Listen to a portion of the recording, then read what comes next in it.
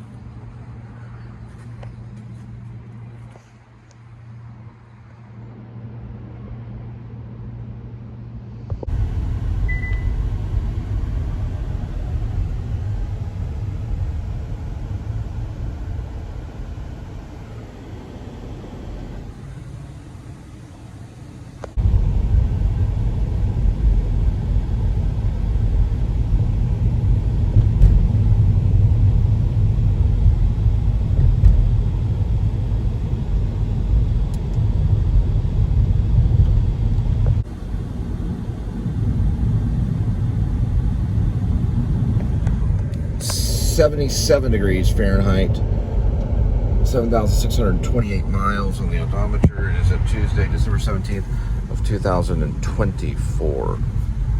And welcome to the Please Subscribe show. Just watched some Gary Oldman in Slow Horses, season 3, episode 6. It's called Footprints. It's a really action-packed one. It's what Gary Oldman is. Give me a second.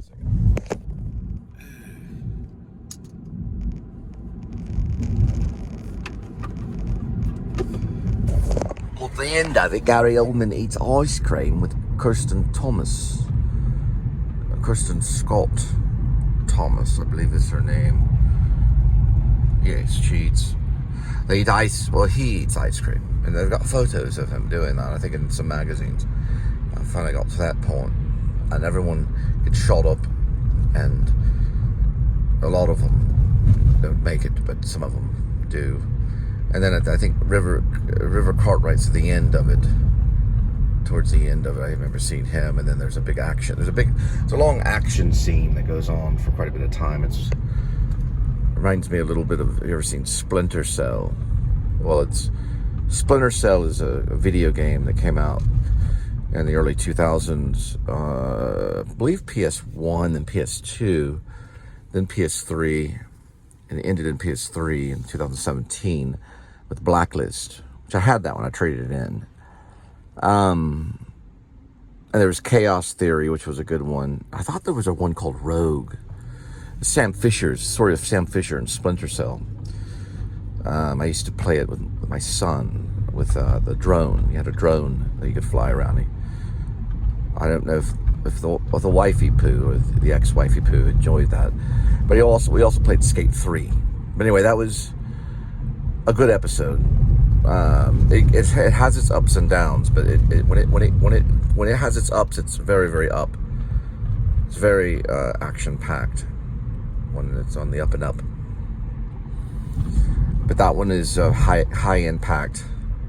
Lots of assault rifles and silencers and hand-to-hand combat with even with female agents that know how to get Bourne identity. Yeah.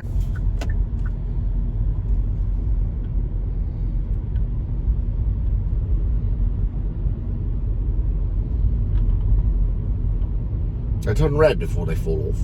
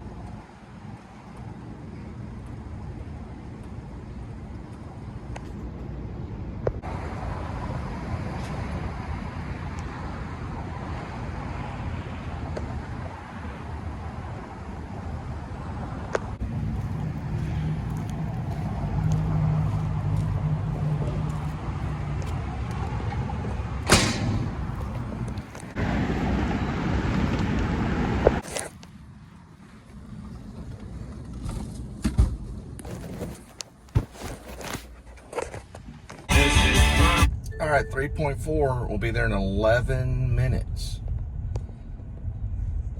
Should be 6:51.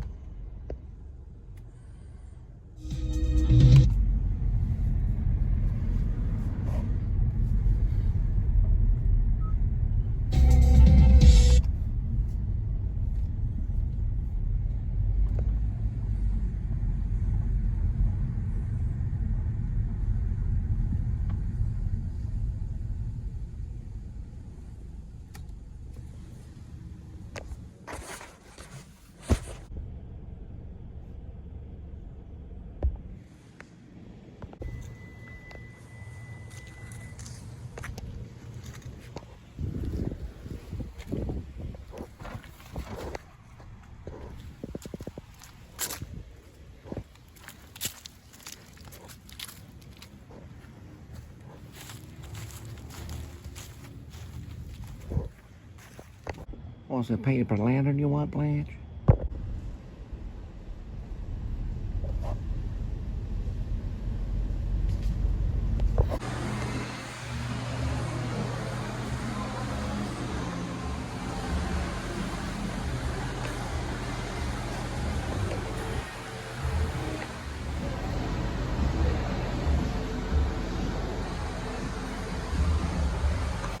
Chipotle hot sauce.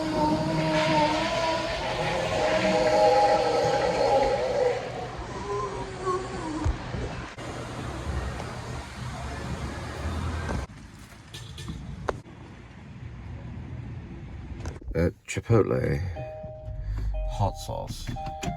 It'll do when it's when you want to do sense memory with an actor. Remember the time you ate Chipotle with the Chipotle sauce, not the green sauce, but the red. And you squat here, but don't really do it. Just remember what it does to the face. And the facial expressions are very different. There's a reason for all that. They study that kind of stuff. The sneeze, as in to sneeze, it does, you have to recall the senses. And when you sneeze, you take in oxygen, just as you do with yawning. Yawning's a lot about oxygen, probably more so. Sneezing is a very different type of taking in a certain amount of air and then pushing an extreme amount of air out.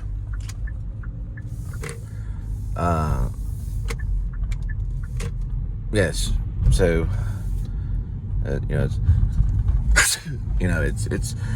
on stage you have to control it a little more than probably in the film, but because you can take a moment. But on stage you have to actually walk around and do it, and then without passing out. The yawning, though, is you can actually make yourself yawn if you work at it. You can make yourself sneeze too. I've seen it done. I've done it a few times, even on stage, where you hit a certain thing that you can do. I can do it almost every single time, pretty much with a little tissue paper rolled up, and I sneeze. I don't know if that counts though. Meow.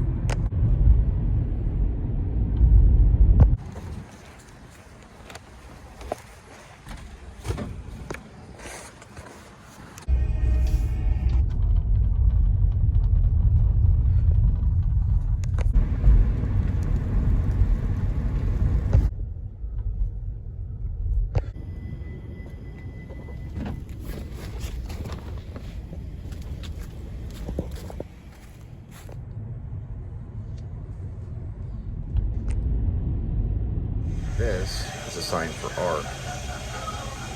This is the sign for I. That is the sign for B.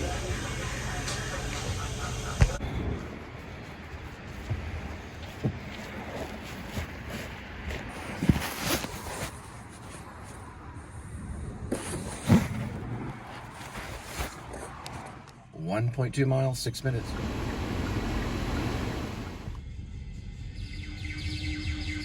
All right. So, okay. Lieutenant Daniel Lucius Copex. Okay. This goes all the way back to Quentin Tarantino. Django Unchained. That's a very important movie. Okay. He did it nonchalant. What Quentin Tarantino did, and I'll get into Daniel in a minute. I'm talking about Daniel Copex. What Quentin Tarantino did was this. What Quentin did was, Christopher Waltz plays a character who's looks like a German dentist. He's actually a bounty hunter, pretty much like a hitman. And he needs a certain person as a witness to do these hits, basically these sniper hits. Yeah, sniper hits, or basically so he can pull off the hits. And he needs someone to do that to help him identify these certain slave people that had names. And that's what he gets with the one and only, from Terrell, Texas, Jamie Foxx, right? Jamie Foxx, which is Django, is hired to be basically his information. And he rides him around in a blue suit, which represents the Union Army, all that stuff. And there's a whole haunting of the Union Army in the Civil War. We got all that. Samuel Jackson had a letter from Abraham Lincoln and all that stuff. We don't know if all that's true. But that is connected. It's connected, okay? It's connected to Hateful Eight, but it's not Django Unchained. Django Unchained is a separate story, but that's supposed to be connected. I've heard that. I'm not for sure, but I've heard something that there was a connection. Regardless, that's going into post-Civil War, where Django Unchained is pre-Civil War. So whether they were connected or not, I don't know. We'll have to find out. But regardless, Jamie Foxx's character is playing the guy in blue, and he is riding along, or they're riding together on the dentist stage and carriage or whatever. So basically what it is it's basically like a dental, he's pretending like he's a dentist. So the first thing he does, he goes to this town, he walks into the town, and he goes in and has a beer with the slave. He's supposed to be a slave. This is pre-Civil War. Because of his color, he was a black guy. So, Jamie Foxx goes in, and it's basically Django goes in, they sit down, and that makes him mad. So the cops come in, or, sheriff comes in, says blah, blah, this, blah, blah, that. The German guy who's riding alongside of Django pulls a gun out, boom, and shoots the cop. Everyone's like, oh my gosh. Well, that's war, but next thing you know, he pulls a deed out. Says, I have a deed that says this man comes with me, dead or alive. Now, they don't really do this anymore without trial. They used to do it back in the day when they could, okay? But that was done in a nonchalant way, in a way. But what it's connected to this one, because Lieutenant Daniel Lucius Copex, is actually a serial killer. But he's from NYPD. He was a cop. He got let go because he was caught on camera kissing a young male on the subway that was like a trumpet major or something like that. It was like a trumpet guy. And they had like a GroupMe page, or their own little encrypted page. It got to the department, and they went ahead and let him go. Even though it's kind of, but he was 17. The kid was 17, so they let him go. So he started going around the country and finding ways to basically be a police officer, even though he was already let go. And that would make him, you guessed it, an outlaw. He changed his name. Finally, his name just became Copex. It was just a misspelling. And the next thing you know, he's driving around Fort Worth. Now, this is, of course, fiction, hopefully. He's driving around Fort Worth, and he's doing all this weird stuff. He goes to this place where it's like a little small warehouse, probably underground or something. There are all this red lights everywhere, and there's these skimpy ladies floating around on trapezes and dancing on bars, half nude, wearing angel wings. And then they go back in these rooms and stuff. So it's like really skimpy, almost like horrible Vegas or Bunny Ranch kind of stuff. But now Copex goes too far. Lieutenant Copex goes too far. He's an ex-cop, and then he starts pulling off some like Hannibal Lecter stuff. That's why I put Anthony Hopkins down as possible casting. Do I mean that? I don't know. Anthony's pretty old, but Ray Fiennes was my first choice. Anthony would be very, very old. It'd be very weird because usually cops retire around 62. So that would be very far-fetched. But I know Anthony's very talented. And any of them really could do it. But the thing is that he's not really supposed to be what he says he is. And really, we don't know how he gets his income, you know, that kind of thing. It's that part of the story with Lieutenant Daniel Lucius Copex. So it's part of Rib. And it's the reason why the dwarf deploys his militia, and then they get him, and the reason why the FBI gets involved, which is hopefully the Sean Penn character. And his character is called FBI Agent Penn, P-E-N, rather than P-E-N-N. All right, so Daniel gets kind of crazy. So he's already in an area where he has kind of a bum name. He was a long time ago, he was in NYPD, but he's closer to retiring. But he gets kind of, he doesn't get Dahmer. I mean, I'm gonna say he doesn't get Jeffrey Dahmer. It's not that bad. But you only, in the actual book, and in some of the, I guess, some of the screenplay, I guess, it's a book slash with screenplay elements, but it's mostly a book. But if it comes to screenplay, I take moments from the book. It's pretty long. It's like, it's getting up there in pages. I'm at like 44 chapters right now.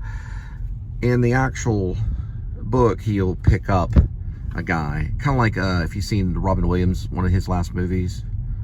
It was called, I think, Boulevard.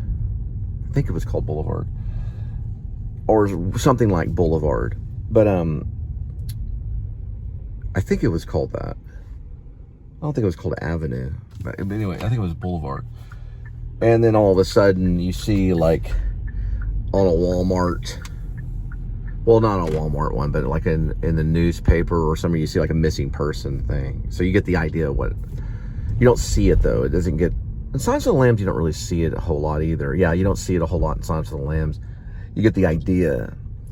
But it doesn't, it's not terribly bad. The horrible thing is what he represents, or what he wants to represent. Yeah, it's what he wants to represent. Because he's not legit. But what's crazy, okay, you know, like in Silence of the Lambs, there's surprise or twist endings and things like that. There was a twist ending in Silence of the Lambs over the location of where he was, and not really who. We knew who, but there was a location surprise. But the surprise is that he's actually accepted as this impersonator because the system says that he is one, because he probably is also a completely genius hacker. So it gets real weird, and you're like, what in the world? You know, and so there'll be a scene where you realize that, like, it's basically like even in like his own cruiser.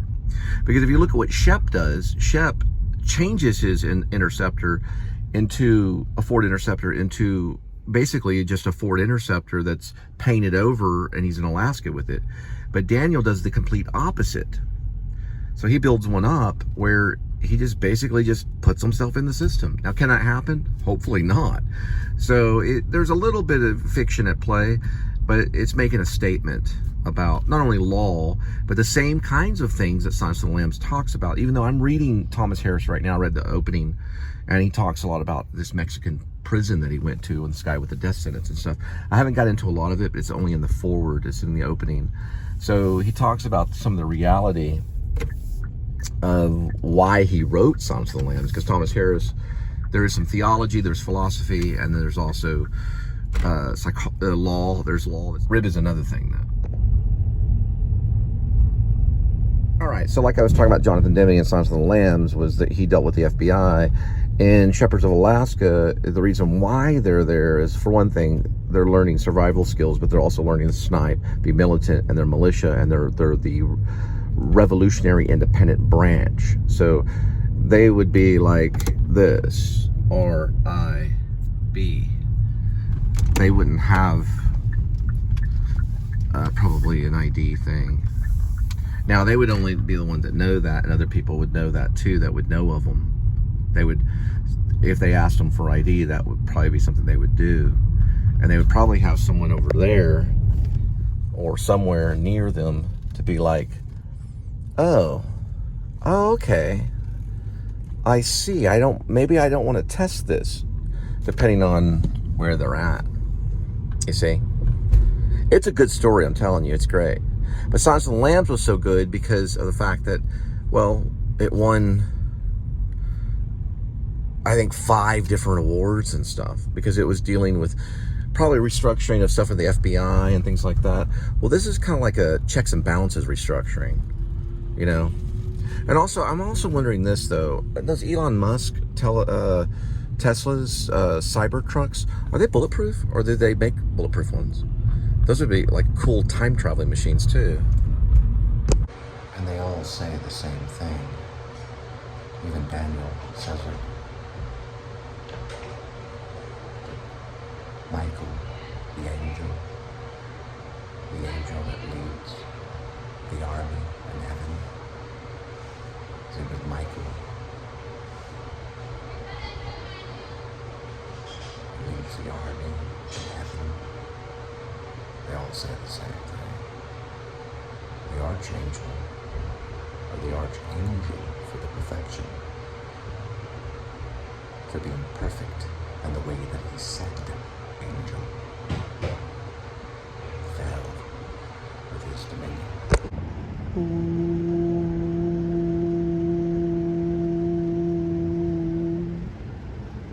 They all say the same thing. Michael, the commander angel, the militant angel in heaven. They always talk about that angel. I remember the archangel that was militant, that was over the whole dominion, fell. He was over the whole angel, military angel, fell to the dominion. He was an angel too. But they'll mention Michael. They always do. And he'll be the militant angel. And I was thinking about this, blah, blah. It'll sound very weird. And remember the archangel, who was the one and only, starts with an L. It's not Lucius, but his name is Lucifer. He fell with the dominion. The third fell with him. Yeah, they won't mention that. They'll just talk about Michael instead. So you see Lieutenant Daniel Cop X go into this like underground red warehouse where these women are on trapezes and very eyes wide shut, and they're wearing wings. He's actually wearing wings too. They're just different types of wings, and they're walking around, but they're also wearing masks that are basically other people's faces. And it's also very real, but you can kind of tell. These would be like robotic masks, and I would want them to be like actual robotic masks, not like CGI. Wouldn't want CGI. These would be like very hard to make, but they look real from the camera. But you can look at it kind of closely, kind of THX kind of stuff. If you've seen THX, if you look closely, you can see that it's actually a robotic face on top of a face.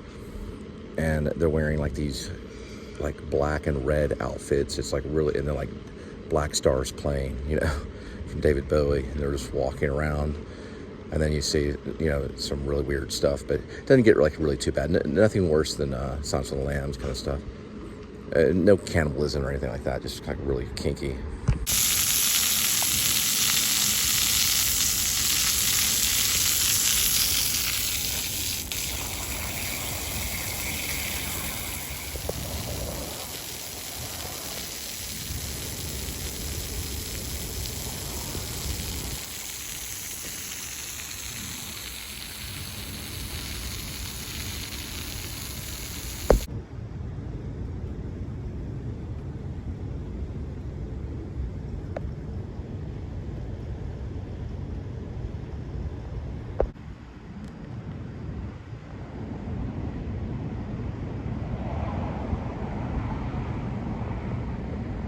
So Copex goes in this back room, and there's a couple of his buddies there. They're all looking at this painting based on Dante's Inferno, where the devil is frozen waist high in this lake of a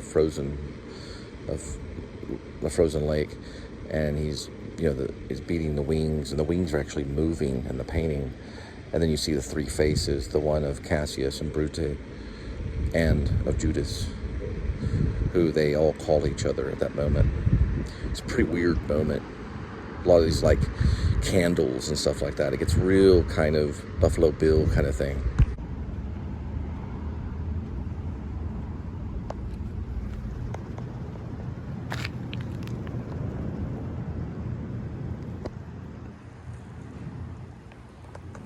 All right, so it does get into the war of heaven, and we see the archangel over his army, and one by one they're to approach him and say his name.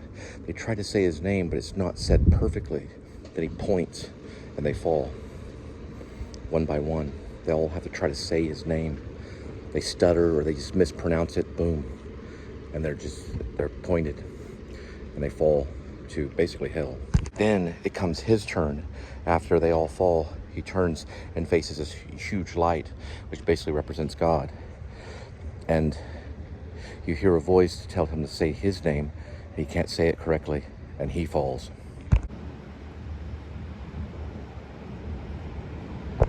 After the War of Heaven dream, Daniel Kopex wakes up and he's in the Red Room.